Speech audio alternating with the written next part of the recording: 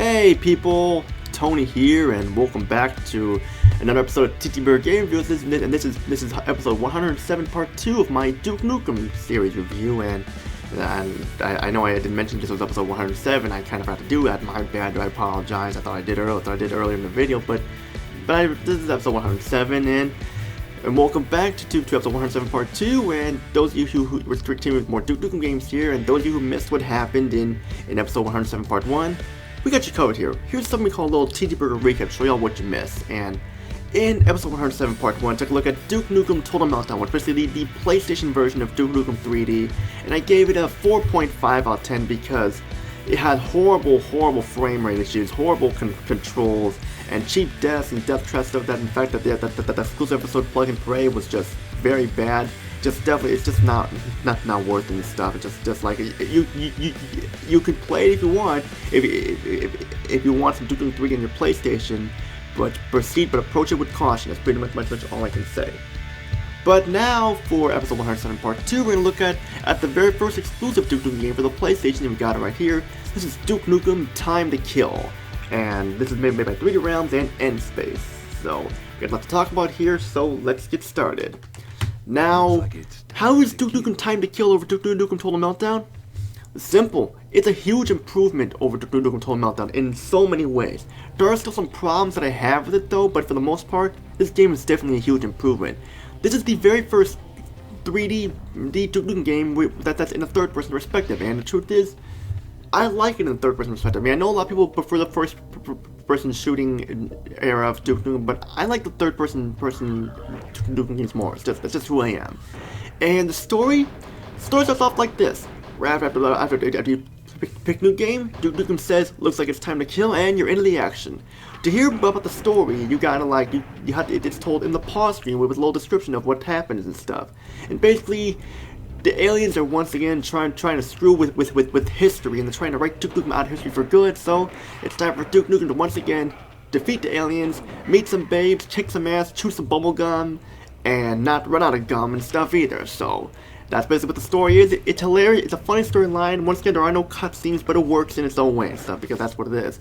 The only cutscenes you have are like the opening cutscene, which has the theme song called "The Thing I Hate" by Stabbing Moisture. But I can't show you the cutscene because I'll get a copyright claim because it has the song in it and stuff. So if you want to see the cutscene, just go look it up online because they're online and stuff like that. It's just that you won't be able to hear the song and stuff. So that's what I'm saying. I don't want to take a chance to get a copyright claim there. So that's basically what it is, and that's basically what the story is. It's a history storyline. You got 4 different time zones, like present. You got the present time, the Western, we play the cowboy, medieval era, and the Roman era, and more and stuff like that. This game is basically like Duke Nukem meets Tomb Raider and stuff like that, and that's basically what it is. And I'll get more into that later on why it's basically Duke Nukem meets Tomb Raider, but now we'll talk about that. For the presentation, the game looks fantastic, much better than Duke Nukem Total Meltdown. Here it wasn't just a simple port job and stuff like that. Here they actually put care and effort into this game and stuff, and there's no slowdown at all for the most part. There are a couple times where like it could slow down here a little bit when the action gets very hot, but that's very rare. You won't even recognize it. And there's heat, and the environments are very huge and very colorful. Like it's very huge, like on how much stuff you can do and stuff.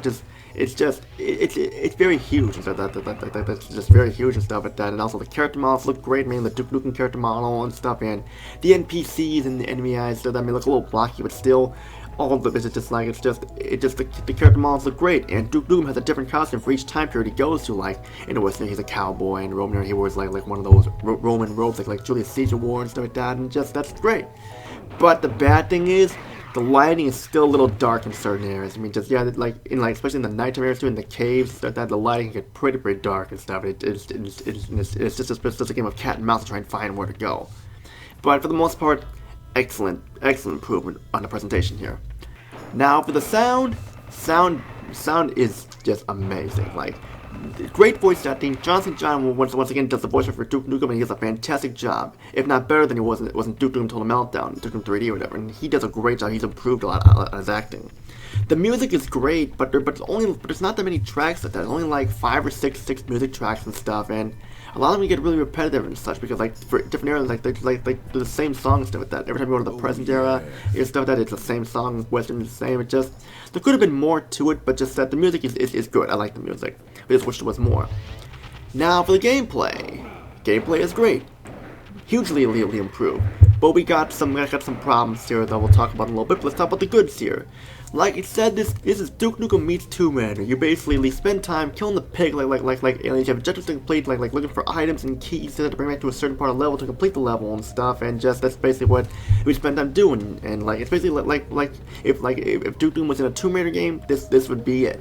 And you have a vast majority of weapons to choose from. Like you got a Gatling gun, laser Gatling gun, a mini laser Gatling gun. You got an RPG. You got like a bunch of Desert Eagles, shotguns, and like just pipe bombs, grenades. So there's a lot of weapons. Huge improvement over the weapons and stuff like that there were in Duke Nukem Total Meltdown.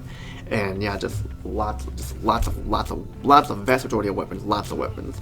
And we have the secret areas once again like that too. Like the secret areas are a little bit easier to find and stuff too. But like I'll talk about, but they can still be missed if you're not in stuff like that in stuff, but not as bad as they were last time. And you can interact with objects in levels, which is still a lot of fun. If you look into a mirror, Duke will say, "I'm gonna skip the women or make this look good. Hey, what can I say?" And you can talk to people and stuff like that, and you can like mess around in like vending machines and pay phones and light switches and stuff like that. You can interact with anything. Basically, like if you want to interact with stuff, you interact with them and stuff for the most part. Some items cannot be interacted with, but for the most part, you can interact with stuff, and it makes it a lot of fun. And the controls are greatly improved. No more stiffness or weird like controls. Here the controls are much better, and they work really well. A huge improvement over the gameplay of the controls, definitely. But now we're gonna get to the bads here, The enemy AI can be very cheap still, but they're not as bad as they were in Duke Nukem Total Meltdown, that's for sure. And like just that, they can gang up on you and stuff, but like thankfully the difficulty balanced a little bit and stuff, but it still can be a little cheap though.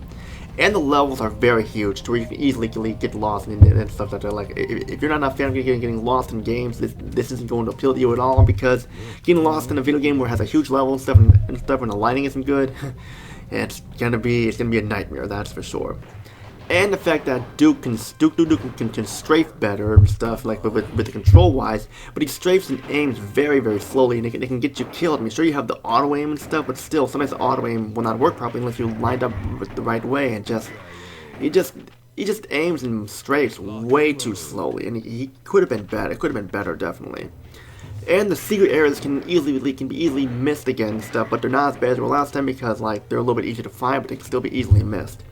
And I also should mention that it's also frustrating to grab a ledge or a ladder. You have to holster your weapon and put it away, or else you will not grab the ledge at all or whatever, and you'll just fall. And while it is fun to collect items and such for the game with objectives and stuff, it can get a little repetitive at times if you do the same thing over and over again. But still, it is. But still, I mean, it is fun. Just I wish there could have been more to the game instead of just collecting items and bringing them somewhere and stuff. But still. It's basically what a Tomb Raider clone is like, and 3D Realms did a great job with it. They did a great job. So overall, it's a much better Duke Nukem game for the PlayStation, and definitely worth checking out, because the first 3D Duke Nukem game replays like the way it's a third-person perspective stuff, and it works really well. So my final, and also gotta mention the save system is better too. You only need one save slot as well. So that is a blessing in disguise, definitely. So what's my final verdict here? There's not really much to say, so my final verdict here. If you want a third-person Duke Nukem game that's like Tomb Raider, and you want to get your Duke Nukem cake for the PlayStation, then this is the way to go, because this is definitely much better than Duke Nukem Total Meltdown in so many ways. And it does have problems, like I said, but still, I'm not gonna take a lot of points off here, because like it was a better game, a much better game than Duke Nukem Total Meltdown. Due to the complaints I have with this, it will not be getting a perfect 10. I'll be giving it an 8 out of 10, because it's just basically the best score to give it and stuff. If you want some Duke Nukem, definitely pick this up. But we have one more Duke Nukem game to cover in episode 107 here, and we got it right here. And it was released in the year 2000. It's called Duke Nukem Land of the Babes, which is basically the successor to Duke Nukem Time to Kill. Does it improve over everything from Duke Nukem Time to Kill? Well, you have to find out in episode 107 part 3. And that's pretty much all I gotta say. You know the drill. Feel free to subscribe, like the video, comment down below, and just join my Discord group TTBurger Gaming tonight, because we're always looking for more people to join. Pretty much all I gotta say. This is Tony. Peace out. Have a great day, and see you all on episode 107 part 3. We will cover Duke Nukem Land of the Babes.